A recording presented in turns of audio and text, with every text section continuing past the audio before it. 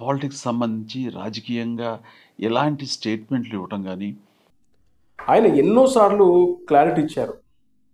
ఇక నేను రాజకీయాల్లోకి రాను. అందులో అలాంటివి లేవు. ఇంకా మళ్ళీ మరి దానికి సంబంధించిన వీడియో అయితే నా దృష్టికి అయితే ఇప్పటిదాకా రాలేదు. My dear friends, media friends,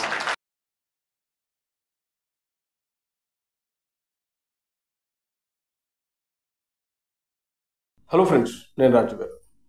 megastar Chiranjeevi గారు రాజకీయాల్లోకి మళ్ళీ రాబోతున్నారు, రీఎంట్రీ ఇవ్వబోతున్నారు అనే టాపిక్ ఎండ్ కార్డ్ పడట్లేదు ఇప్పటి వరకు.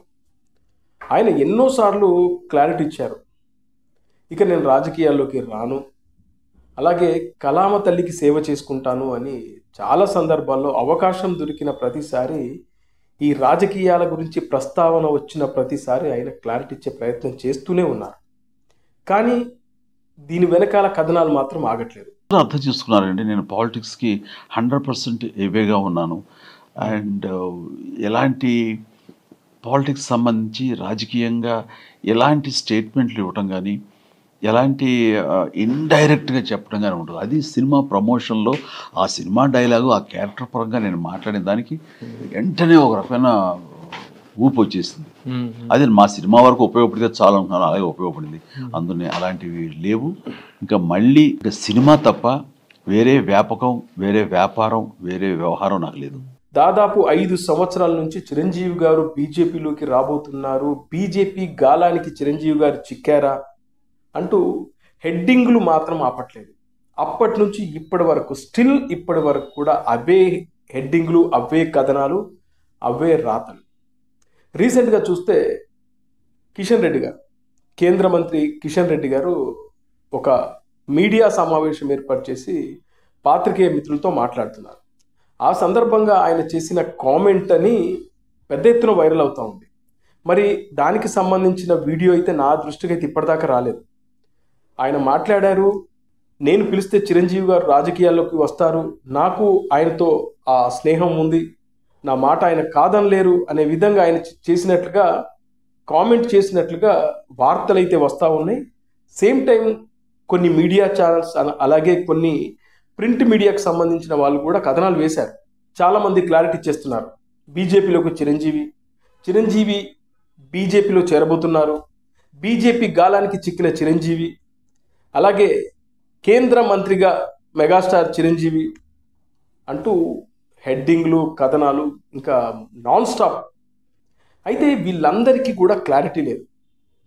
ఎవరో ఎక్కడో ఏదో మాట్లాడేసరికి నిజంగానే చిరంజీవి గారు రాజకీయాల్లోకి వస్తారా, అవతల వ్యక్తి చెప్పినంత మాత్రాన చిరంజీవి గారిని బీజేపీలోకి తీసుకొస్తారా అనే కనీస కామన్ సెన్స్ లేకుండా బేస్లెస్ అండ్ యూజ్లెస్ కామెంట్లు చేస్తూ, ముఖ్యంగా వాళ్ళెవరో అన్నారు, అది వాళ్ళ వ్యక్తిగత అభిప్రాయం అయి ఉండొచ్చు, అలా రాయరు వీళ్ళు.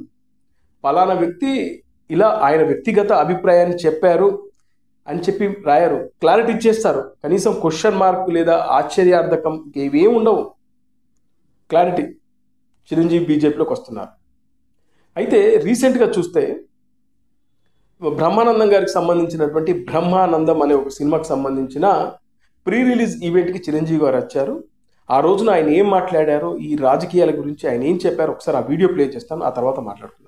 జన్మంతా ఇంకా రాజకీయాలకి దూరంగా ఉంటూ, సినిమాలకి అతి దగ్గరగా ఉంటూ, హక్కులు చేర్చుకుంటూ ఆ కళాన్ని తలుతూ ఉంటారు.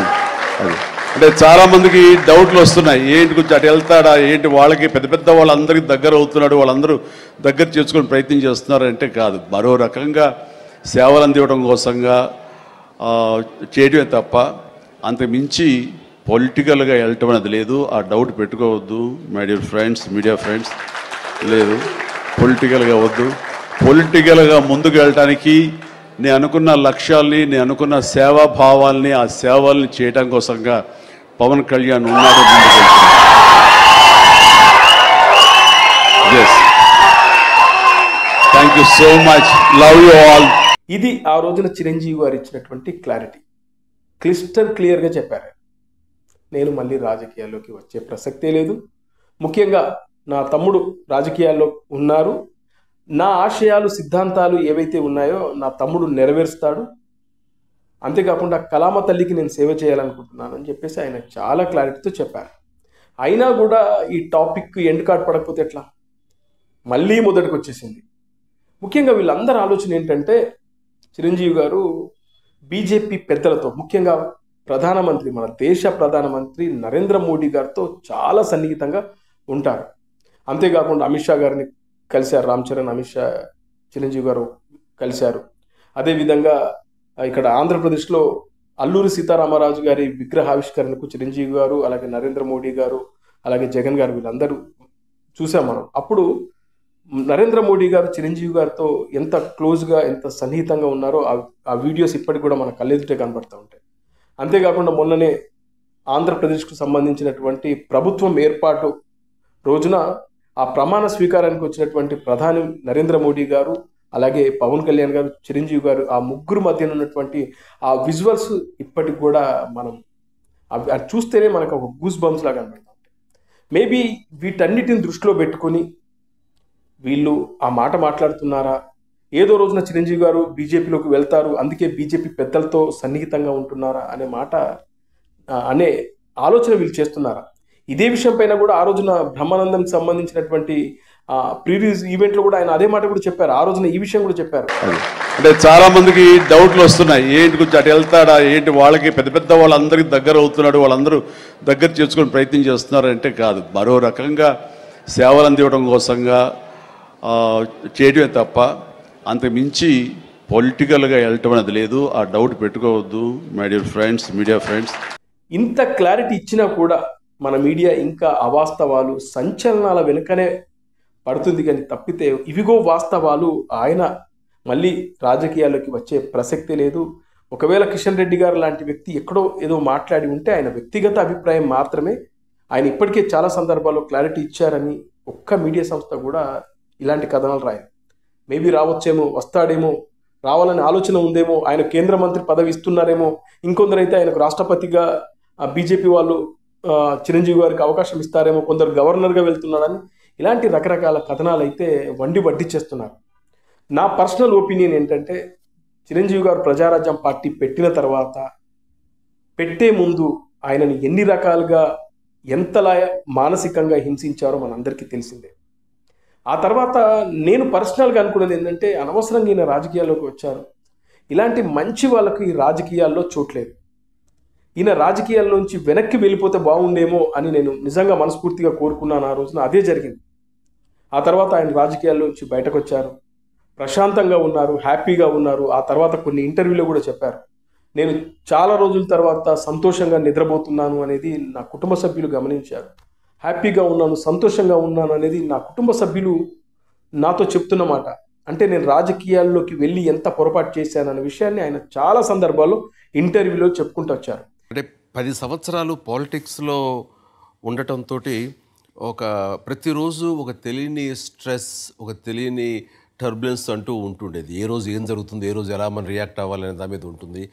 ఎక్కడో ప్రశాంతతకి దూరం అయిపోయాననే భావం కలుగుతుంది. అందులో ఇంట్లో సురేఖ మమ్మీ ఎప్పుడు అది ఫీల్ అవుతుండేది.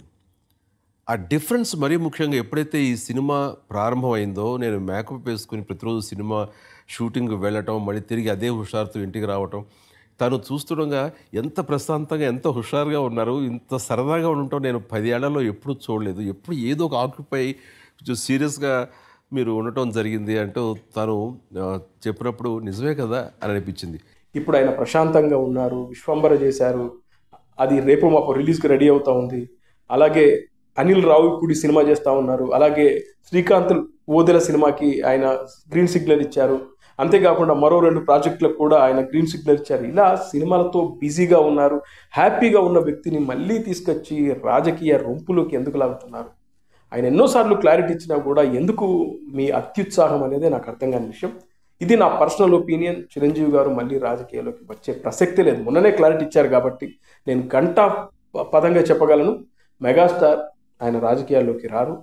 ఆయన తమ్ముడు ఆయన సిద్ధాంతాల్ని, ఆయన ఆశయాల్ని ఖచ్చితంగా నెరవేరుస్తారు. అది మనం చూస్తాం. ఇప్పటికే ఆయన అద్భుతంగా పరిపాలన చేస్తూ ఉన్నారు.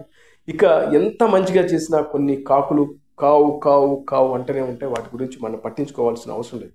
ఎందుకంటే వాళ్ళకు ఇంకొకరి మీద అభిమానం ఉంటుంది కాబట్టి మనకు నచ్చని వ్యక్తి ఎన్ని అద్భుతాలు చేసినా, ఎంత గొప్ప పనులు చేసినా కూడా దాని మీద అరవడం కరవడం తప్పితే ఇంకేమైనా ఉంటుందా? ఫైనల్గా మెగాస్టార్ చిరంజీవి గారు అందరివాడు. ఇక్కడ తెలంగాణలో రేవంత్ రెడ్డి గారితో క్లోజ్గా ఉంటారు. అదేవిధంగా కేంద్రంలో ఉన్నటువంటి బీజేపీ పెద్దలతో క్లోజ్గా ఉంటారు. అదేవిధంగా బీఆర్ఎస్ పార్టీకి సంబంధించిన కేసీఆర్ గారితో కానీ లేకుంటే కేటీఆర్ గారితో కానీ క్లోజ్గా ఉండే దృశ్యాలను ఎన్నో చూసాం మనం. కేసీఆర్ గారు హాస్పిటల్లో ఉన్నప్పుడు చిరంజీవి గారు వెళ్ళి పలకరించి వచ్చారు. అదేవిధంగా జగన్మోహన్ రెడ్డి గారితో కూడా క్లోజ్గా ఉండే ప్రయత్నం చేశారు. కానీ జగన్మోహన్ రెడ్డి గారు ఆయన బుద్ధి చూపించారు. ఇక్కడ చిరంజీవి గారు అందరివాడు, ఆయన కొందరివాడు ఎప్పటికీ కాలేరు, కాకూడదు అనేదే నా అభిప్రాయం.